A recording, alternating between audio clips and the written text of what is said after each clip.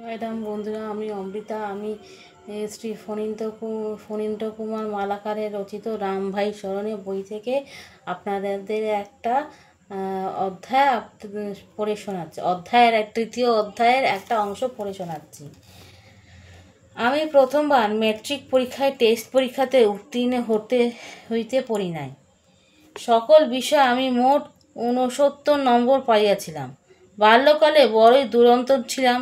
একে তো জমিদার বাড়ির ছোট ছেলে, খাওয়া পড়ার কোনো অভাব নাই। বাড়ি ভর্তি লোক, ভাই বোনেদের সন্তানাদি, মাতো পিস্তুত ভাই বোন, আত্মীয় স্বজন, লোক লস্কর লইয়া প্রতিবেলায় প্রায় 60-70 জন লোক আমাদের বাড়ি হেসেলে আহার গ্রহণ করিতেন। সারাদিন লোকে বাড়ি গম গম করিত। জমিদার বাড়ির কপাটে ছেলের যে অবস্থায় হয়, বকাটে ছেলের যে অবস্থায় হয়, তদ্রূপ আমারও তদ্রূপ অবস্থা। সারাদিন টই টই করা, এর পেছনে লাগা, অনেকে অন্যের অনিষ্ট সাধন করা, পড়শিদের সঙ্গে মারপিট করা, এই ছিল কাজ। প্রতিদিন বরদা রায় সাহেবের কাছে আমার নামে অসংখ্য নালিশ আসিত। বরদা ডাকিয়া শাস্তি দিলে 2-4 দিন চুপচাপ থাকিয়া আবার আগের অবস্থা। পড়াশোনার নামমাত্র। বাবার প্রতিষ্ঠিত স্কুলে জি.এ. একাডেমি, গিরিশ অক্ষয় একাডেমিতে পড়তাম। বিদ্যালয়ে যাওয়া আসাই সার, পড়াশোনায় লবডঙ্কা। বৎসরান্তে কোনো ক্রমে টানিয়া টুনিয়া পাশ কইরা উপরের শ্রেণীতে উঠিতাম। আমার দুরান্তপনার জন্য স্কুলের মাস্টার মহাশয়গণ কাঠবিড়ালি বলিয়া ডাকিতেন। টেস্ট পরীক্ষায় খারাপ ফল করার জন্য একদিন পাটিস্থ সকল গুরুজনেরা সমবেত হইয়া আমায় তথা ডাকিয়া পাঠাইলেন। রায় সাহেব প্রথমে বলিতে শুরু করিলেন, ফণি, তুমি পরীক্ষায় 700-তে মাত্র 69 পাইয়াছ। গড়ে 100-তে 10 নাম্বারও পাও নাই। তুমি আমাদের বংশে মুখে চুনকালি মাখাইছ। সারাদিন টো টো করিয়া ঘুরিয়া বেড়ানো, মারদাঙ্গা করা এবং মানুষের ক্ষতি সাধন করা, এই তোমার কাজ। তোমার আর পড়াশুনো হইবে না। পিতৃদেবকে উদ্দেশ্য করিয়া বলিলেন, বাবা, ফণি আর পড়াশুনোর দরকার নাই। তাহাকে বাড়ির কৃষিকাজ এবং ব্যবসার কাজে লাগাইয়া দিন। একে একে বাড়ির অপর গুরুজনের আমাকে ভৎসনা করিয়া নিষ্ক্রান্ত হইলেন।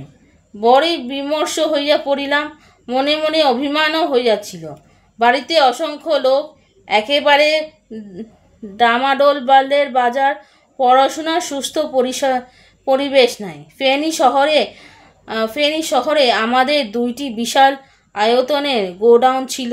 পিতাকে পড়াশোনা করার জন্য বাড়ি থেকে প্রায় 2-3 কিলোমিটার দূর গোডাউনের কাছে একখানা আলাদা ঘর বানিয়া দেওয়ার জন্য অনুরোধ করিলাম। সেই মতে একখানা আলাদা ঘর বানিয়া দেওয়া হইয়াছিল এবং তারপর সেখানে আমি মনোযোগ দিয়া দ্বিতীয়বার টেস্ট পরীক্ষার জন্য পড়াশোনা করিতে আরম্ভ করিলাম। আমি অতি তল্পা গুটাইয়া সেই আলাদা ঘরে থাকিতে আরম্ভ করিলাম। বাড়ি হইতে কর্মচারীরা 2 বেলা খাওয়া দিয়া আসিত। আমি স্নান, খাওয়া, ঘুম বাদবাকিরে সর্বক্ষণ পড়াশোনা ডুবিয়া থাকিতাম। প্রতিজ্ঞা করিলাম, হয় মন্ত্রের সাধন, নয় হয় শরীর পতন। আমি যখন ম্যাট্রিক টেস্টের জন্য প্রস্তুতি নিয়েছিলাম, তখনও শ্রী শ্রী ঠাকুরের সঙ্গে সাক্ষাৎ হয় নাই এবং শ্রী শ্রী ঠাকুরের কাছ হইতে নামও পাই নাই। সেই সময় একদিন দুর্গাপূজায় আমাদের বাড়ির কাছে রেল লাইনের উপর দিয়ে আমি বাজারে যাইতেছিলাম।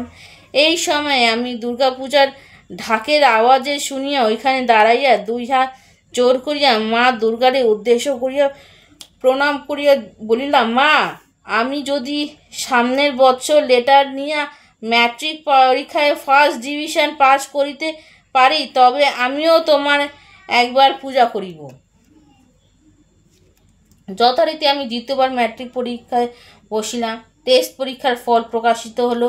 হেডমাস্টার মহাশয় ফল প্রকাশের দিন ক্লাসে আসিয়া আমাকে উদ্দেশ্য করিয়া বলিলেন, কিরে ফণি, পরীক্ষায় পাস করবি? উত্তরে আমি বলিলাম, হ্যাঁ, পাস করব। সঙ্গে সঙ্গে হেডমাস্টার মহাশয় বলিলেন, ফার্স্ট হইতে পারবি? উত্তরে বলিলাম, আমি এই ব্যাপারে ফার্স্ট হমু। হেডমাস্টার মহাশয় তখন সাথে সাথে বলিলেন, হ্যাঁ, এবার তুই ফার্স্ট হয়েছিস। এদিকে যে ছেলে সবসময় ফার্স্ট হইত, সেই ছেলেটি এই কথা শুনিয়া ক্লাসে মাথা ঘুরিয়া পড়িয়া গিয়াছিল। পরে ছেলেটির মাথায় জল দিয়া সুস্থ করা হইল। পরের বছর আমি ম্যাট্রিক পরীক্ষায় বসিলাম। ম্যাট্রিক পরীক্ষার ফল প্রকাশের পর দেখিলাম আমি 7টি বিষয়ের মধ্যে 4টি বিষয়ে লেটার নিয়ে প্রথম বিভাগে পাশ করিয়াছি। এদিকে আমি যথারীতি ম্যাট্রিক পরীক্ষার ভালোভাবে পাশ করিলেও দুর্গাপুজো দেখার কথা একেবারেই বেমালুম ভুলিয়া গিয়াছিলাম। সেই বছর শ্রী শ্রী ঠাকুর দুর্গাপূজার বেশ কিছুদিন আগের থেকেই ফেনী বাড়িতে অবস্থান করছিলেন। আমার বড় ভাই মণিবাবুকে শ্রী শ্রী ঠাকুর ডাকিয়া জিজ্ঞাসা করিলেন, ফণিবাবুকে একটু ডাইকা দেন তো। ফণিবাবু মায়ের কাছে ঋণী আছেন। আমি শ্রী শ্রী ঠাকুরের সামনে আসিয়া দাঁড়াইলাম।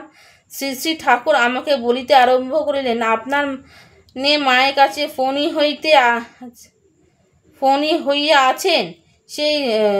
ঋণী হইয়া আছেন, সেই ঋণ প্রতিশোধ করেন। এই কথা শুনিয়া শ্রী শ্রী ঠাকুরের দিকে অবাক হইয়া তাকাইয়া রহিলাম আর ভাবিতে লাগিলাম কিসের ঋণ, কিছুই বুঝিতে পারিতেছিলাম না। তখন শ্রী শ্রী ঠাকুর বলিতে আরম্ভ করিলেন, আপনার মনে পড়ে কি ওই রেল লাইনের উপরে দাঁড়াইয়া হাত জোর কইরা মায়ের কাছে প্রার্থনা করিছিলেন, লেটার নিয়ে ফার্স্ট ডিভিশনে পরীক্ষায় পাশ করিলেই মায়ের পূজা করবেন? তখন আমার সমস্ত কথা মনে পড়িল। ম্যাট্রিক পরীক্ষার আগে আমি তো এই মানসিক করিয়াছিলাম। এই কথা আমি তো কাউকে বলি নাই। তা হইলে শ্রী শ্রী ঠাকুর কি করিয়া জানলেন? তখন দুর্গা পূজার মাত্র 7 দিন বাকি ছিল। আমি শ্রী শ্রী ঠাকুরকে বলিলাম, ঠাকুর, পূজার তো 7 দিন বাকি আছে, আমাকে এখন কে মূর্তি গড়াইয়া দেব? তখন তো কেউ রাজি হইব না। উত্তরে শ্রী শ্রী ঠাকুর বলিয়াছিলেন, যান, বাজারে গিয়া মায়ের একখানা পট নিয়ে আসেন গিয়া, তাতেই হইয়া যাইব। দুর্গা পূজার উপকরণাদি কি লাগিবে তাও শ্রী শ্রী ঠাকুর আমাকে বলিয়া তৎক্ষণাৎ একখানা কাগজে লিখা দিলেন। তখন শ্রী শ্রী ঠাকুর বলিলেন, এর জন্য মানসিক করতে নাই, মানসিক আদি করিলেই বেশি দিন দেরি না কইরা দেওয়াই ভালো। শ্রী শ্রী ঠাকুর কথা মতো বাজারে গিয়া মা দুর্গার একখানি পট কিনিয়া আনা হইল। তার নির্দেশ মতো মায়ের পূজার সমস্ত উপকরণাদি কিনিয়া আনা হইল। সমস্ত নিয়মাবলী মানিয়া শ্রী শ্রী ঠাকুর স্বয়ং সেই মায়ের পটে 3 দিন ব্যাপী দুর্গাপূজা করিয়াছিলেন। সেই দুর্গাপূজা মায়ের পটখানি বহুদিন যাবৎ ফেনী বাড়িতে সযত্নে রক্ষিত ছিল। শ্রী শ্রী ঠাকুর যখন বিলোনিয়ায় বাড়িতে অবস্থান করিতেন, তখন দুবেলাই ভোগ রান্না করা এবং ঠাকুরকে পরিবেশন করা আমার নিত্য ধর্ম। প্রতিদিনই ইকমিক কুকারে রান্না করা সেদ্ধ ভোগ, কখনো বা নিত্যানন্দ খিচুড়ি ভোগ, সাজনা ভাজা যা মানকচুর তরকারি ঠাকুরকে নিবেদন করিতাম। বাড়ির ঠাকুর ঘরে চারিপাশে বর্তমান স্মৃতির মন্দিরে নানা রকম মৌসুমি ফলের বহু গাছ ছিল, যেমন আম, জাম, সবেদা, আতা, জাম্বুরা, ডালিম, জামরুল, পেয়ারা, কামরাঙা, বেল, নারিকেল, সরুপা ইত্যাদি। ঋতু অনুযায়ী যখন যে ফল ফলিত, তাহা হইতে প্রতিদিন দুপুরে 3টা ঠাকুরকে ফলের রস আনিয়া শীতল ভোগ নিবেদন করিতাম। ঠাকুর অল্প গ্রহণ করিতেন না, বিধায় বাড়িতে কখনো অল্প ভোগ দেওয়া হইত না। ভোগ নিবেদন পূর্বক প্রণাম করিয়া বাহিরে চলিয়া যাওয়া রেওয়াজই ছিল। তাই ভোগ গ্রহণের সময় ঘরে কেহ থাকিত না। আমিও প্রথম ভোগ নিবেদন পূর্বক ঠাকুরকে প্রণাম করিয়া বাহিরে চলিয়া আসিতাম এবং ঠাকুর ভোগ গ্রহণ শেষ হইলে হাত মুখ ধোয়াইয়া ভোগের পাত্র সরাইয়া নিতাম এবং ভোগের অবশিষ্টাংশ বাড়িতে উপস্থিত সকল মধ্যে প্রসাদাদি বিতরণ করিয়া দিতাম। এইরূপ একদিন ঠাকুরের ভোগ নিবেদন করিতে প্রণামপূর্বক ঘর হইতে বাহির হইতে উদ্যত হইলে ঠাকুর বলিলে, দাঁড়াও, কোথায় যাও?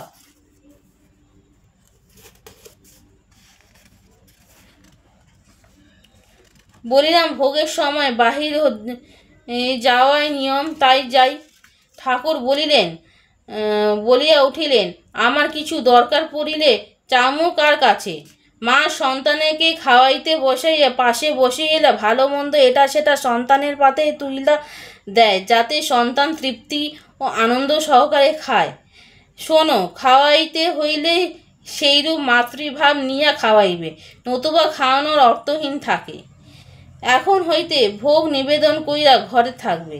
সেই দিন হইতে ভোগ দিয়া ঠাকুরের সামনে মেঝেতে বসিয়া থাকতাম এবং ঠাকুর বিভিন্ন প্রসঙ্গে গল্প করিতে করিতে ভোগ গ্রহণ করিতেন।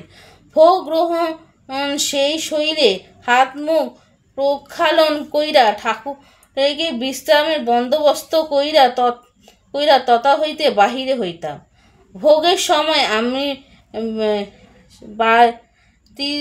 বাটিরেতে বাড়ির আর কেহই সেখানে উপস্থিত থাকিত না। এইরূপ একদিন মধ্যাহ্নে ভোগের সময়ে বিষম বিপত্তি ঘটিল। আমি ঠাকুরকে ভোগ নিবেদন কইরা ঘরের দরজা বন্ধ কইরা মেঝেতে বসিলাম। ঠাকুর কথা বলিতে বলিতে ভোগ গ্রহণে উদ্যত হইলেন। হঠাৎ ঠাকুরের গলায় সপ্তমে চড়িয়া বসিল। কে ওখানে? বাহিরে কে দাঁড়াইয়া আছেন? উদ্দেশ্য কি? আমি অতি তৎপর হইয়া ঘরের দরজায় খুলিয়া বাহিরে আসিয়া কাহাকেও দেখতে পাই নাই। ঠাকুর ঘরে এদিক ওদিক চতুর্দিক ঘুরিয়া কাহাকেও দেখিতে না পাইয়া বাড়ির অন্দর মহলে দৃষ্টিপাত করিতেই লক্ষ্য করিলাম একখানা কাপড় হঠাৎ করিয়া ভিতরে অদৃশ্য হইয়া গেল। আমি ঠাকুর ঘরের বারান্দা দিয়া বাঁধন করিতে চেষ্টা করিলাম।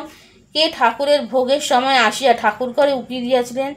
বাড়ির সকলে ব্যবহৃত কাপড় আমার চেনা আছে। গভীরভাবে বিশ্লেষণ করিয়া আমি বুঝিতে পারিলাম আগন্তুক আর কেহ নয়, আমার মাতৃতুল্য বড় বৌদি, রায় সাহেবের স্ত্রী শচীন্দ্র কুমার মালাকারের পত্নী। আমি ছুটিয়া ভিতরে বাহিরিতে যাইয়া বড় বৌদির সামনে দাঁড়াইয়া বলিলাম, বৌদি, আপনি? বৌদি ভয়ে থরথর করিয়া কাঁপিতে লাগিলেন, কোনো কথা বলিতে পারিলেন না। ঠাকুর কিভাবে ভোগ গ্রহণ করেন তাহা দেখিবার নিমিত্ত কৌতূহলবশত ঠাকুরের বেড়ার ছিদ্রপথে উকি দিয়াছিলেন। ঠাকুর রায় সাহেব এবং পিতা ঠাকুরকে এই ঘটনা জানাইতে পারিলে মহা অনর্থ ঘটিয়া যাইবে, বিধায় আমি কাহাকেও এই ঘটনা বলা হইতে বিরত হইলাম। আজকের গল্পটা এইটুকুনি। আমার এই প্রচেষ্টাটা আপনাদের ভালো লেগে থাকলে যারা ইউটিউবে দেখছেন তারা আমার চ্যানেলটা লাইক, শেয়ার অ্যান্ড সাবস্ক্রাইব করবেন, কমেন্টস করবেন। আর যারা ফেসবুকে দেখবেন তারা লাইক, শেয়ার অ্যান্ড সাবস্ক্রাইব করবেন, ফলো করবেন, কমেন্টস করবেন। জয় রাম।